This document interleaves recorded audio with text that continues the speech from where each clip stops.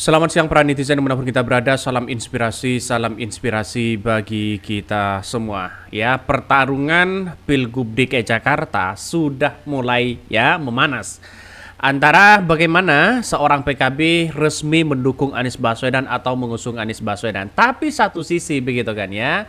Ini yang seharusnya kita tolak oleh Anies Baswedan. Saya kira Anies Baswedan bukan orang yang bodoh, bukan orang yang tidak tahu. Mereka tahu begitu kan ya, bahwa kalau semisal Kaisang didorong untuk menjadi wakilnya Anies Baswedan, ini yang seharusnya ditolak. Karena apa? Karena jelas kalau Anies Baswedan menerima Kaisang sebagai wakilnya ya, maka yang jelas memberikan leluasa kepada para orang-orang yang kemudian membangun dinasti di negeri kita begitu kan.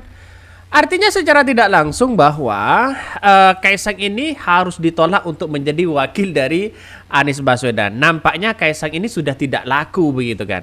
Coba bayangkan, dari Partai Gerindra menyorongkan kadernya sendiri, dari Partai Golkar mereka kadernya sendiri. Lantas bagaimana partai yang kemudian kecil di DKI Jakarta masa mau menjadi wakil kok begitu kan?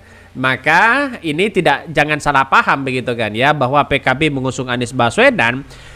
Untuk saat ini yang masih komunikasi terkait dengan PKB yaitu masih PSI begitu kan. Secara tidak langsung bahwa Kaisang ini akan didorong untuk menjadi wakil Anies Baswedan. Tapi ini kan keputusan partai nantinya. Saya kira agak jauh lobby-lobby politik antara PDIP dan PKS dengan Nasdem. Saya kira PKB akan mengikuti mereka, bukan mengikuti PSI yang partainya ya masih kecil 8 kursi di DKI Jakarta.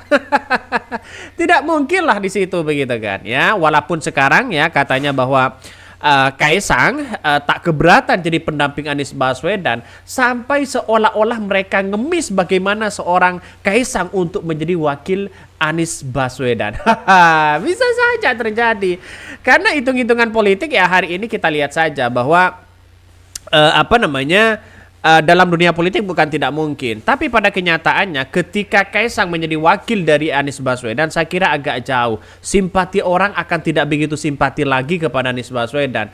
Karena mereka seolah-olah memberikan kesempatan, memberikan leluasa untuk jalannya dinasti politik. Atau bisa dikatakan nepotisme mereka semakin leluasa begitu kan. Maka saya pribadi mengasumsikan bahwa Anies Baswedan bukan orang yang bodoh. Tidak mungkinlah memilih seorang Kaisang yang jelas-jelas ya bagaimana keputusan MA kemarin soal soal Kaisang ini begitu. Saya kira tidak mungkin. Walaupun secara spesifik ya sudah Kaisang ini sudah mau atau ingin ngebut ya untuk menjadi wakil dari Anies Baswedan dan sebagainya. Saya kira Anies Baswedan harus berpikir ulang di situ. Ini soal Kaisang maju Pilkada Jakarta, aktivis pasti menang katanya ya. Ini komentar-komentar dari netizen. Artinya secara tidak langsung mereka menyodorkan PSI. Karena kekuatan Kaisang apa coba? Dia masih mengandalkan seorang Jokowi di situ. Di balik ini semua. Jadi kalau mereka mengandalkan seorang Jokowi ya mana mungkinlah mereka ya melihat pada situasi politik ini membangun bekerja sama. Paling ya membangun bagaimana dinasti politik mereka semakin maju begitu. Maka mulai dari kakak, mulai dari adik, apakah mau seperti itu? Padahal ini kritikan habis-habisan loh. Jadi kalau Anies Baswedan masih menerima ini semua, saya yakin dan seyakin-yakinnya simpati orang begitu kan tidak begitu lagi kepada Anies Baswedan. Ya kalau dianggap menang sih secara politik ya kekuatan mereka ya menang tipis lah. Karena Ridwan Kamil bisa saja PKS, PDIP tidak setuju terkait dengan Kaisang ini, bisa saja berlabuh kepada Ridwan Kamil. Kan begitu hitung-hitungannya politik hari ini. Jadi artinya apa? Walaupun PKB secara spesifik sudah memberikan dukungan atau usung Anies Baswedan di Pilkada DKI Jakarta, belum tentu PSI ini menjadi wakilnya mereka. Karena ini keputusan partai, tergantung Caimin di situ, tergantung ketua-ketua umum partai. Makanya ya saya sampai hari ini bingung begitu melihat bahwa Anies Baswedan digadang-gadang menjadi salah satu calon ya gubernur DKI Jakarta diduetkan dengan Kaisang. Ini yang harus kita tolak. Sebagai pendukung Anies Baswedan ini harus kita tolak ya. Kalau mereka ingin menang ya bukan seperti itu, banyak cara lain begitu kan. Karena partai PSI itu kecil di situ begitu. Kekuatan Jokowi hari ini sudah tidak ada lagi di DKI Jakarta. Sudah usai mereka begitu kan. Maka saya katakan bahwa PKB ya sampai hari ini masih tetap mengusung Anies Baswedan tunggal di DKI Jakarta. Ya masalah komunikasi biasalah dalam dunia partai. PSI ya ada komunikasi ya wajar. Bukan berarti mereka harus mendukung. Bukan mereka harus menerima partai-partai kecil seperti itu. Kan begitu logika kita. Artinya ya boleh-boleh aja dalam demokrasi berspekulasi apapun. Tapi bagi kami rasanya agak jauh sih sebenarnya kalau Anies Baswedan ya diduetkan dengan Kaisang. Karena Kaisang ditanya masalah prestasi Kaisang apa? Ya kinerja selama ini apa begitu. Coba bayangkan menjadi ketua umum partai mereka secara instan mereka belum mampu mereka ya bersentuhan langsung dengan masyarakat. Mereka prestasinya apa? Ya mending dari kader-kader yang lain, entah dari PKS, entah dari PDIP. Ya saya kira tidak mungkin dari Partai Nasdem karena kader dari Partai Nasdem saya kira popularitasnya masih jauh begitu seperti Sahroni begitu kan. Ya mending dari PDIP dan PKS. Ya kalau PKS saya kira banyak yang kemudian yang tertarik karena DKI Jakarta itu kemenangan mutlak dan bahkan nomor 1 adalah kursi paling terbanyak di DKI Jakarta. Saya kira ini yang akan menjadi cikal bakal kemenangan bagi Anies Baswedan ya. Jangan lupa loh ya, jangan lupa kalaupun PKB mengusung Anies Baswedan di situ, pasti Anies Baswedan tidak pernah lupa terhadap bagaimana ya PKS yang telah membesarkan Anies Baswedan sampai Pilpres. Tidak akan lupa di situ begitu kan. Ini bukan masalah Jokowi, ini bukan masalah keluarga-keluarga dinasti mereka. Tidak seperti itu Anies Baswedan.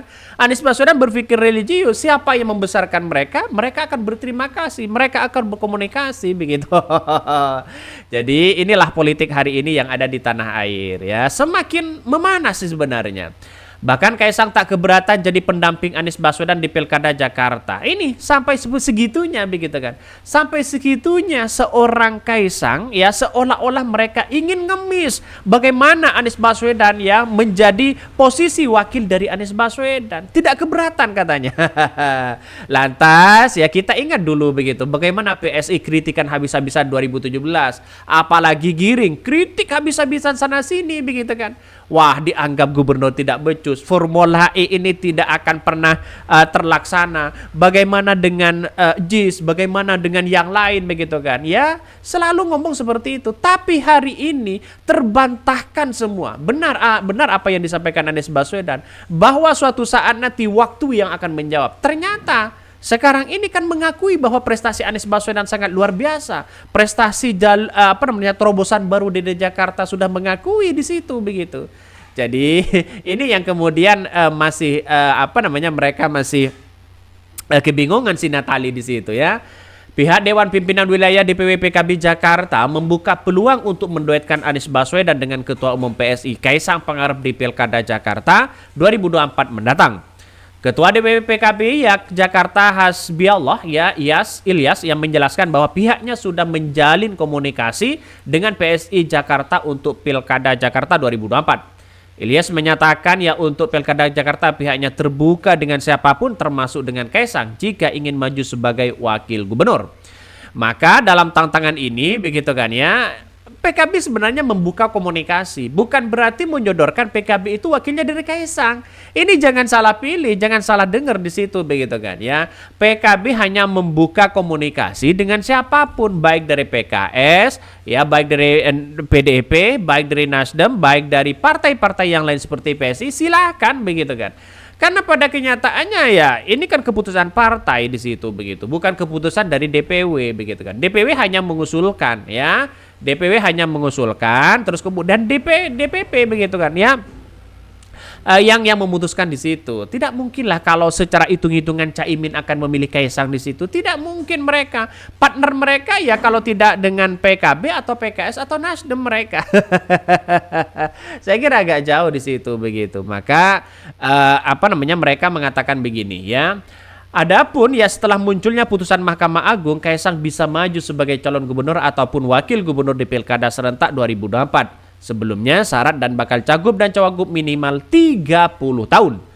Namun setelah adanya putusan MA, masyarakat usia bakal cagup dan cawagup diubah menjadi 30 tahun selanjutnya. Kita tahu bagaimana protes yang kemudian dilakukan oleh masyarakat terhadap MA begitu kan. Kok bisa dirubah tafsiran mereka ya? Dirubah bahwa yang usianya harus minimal 30 tahun ya ditafsirkan ya minimal ya saat pencalonan berumur 30 tahun dan sebagainya begitu kan. Ya saat pelantikan berumur 30 tahun. Jadi Kaisang itu sekarang berumur 29 tahun.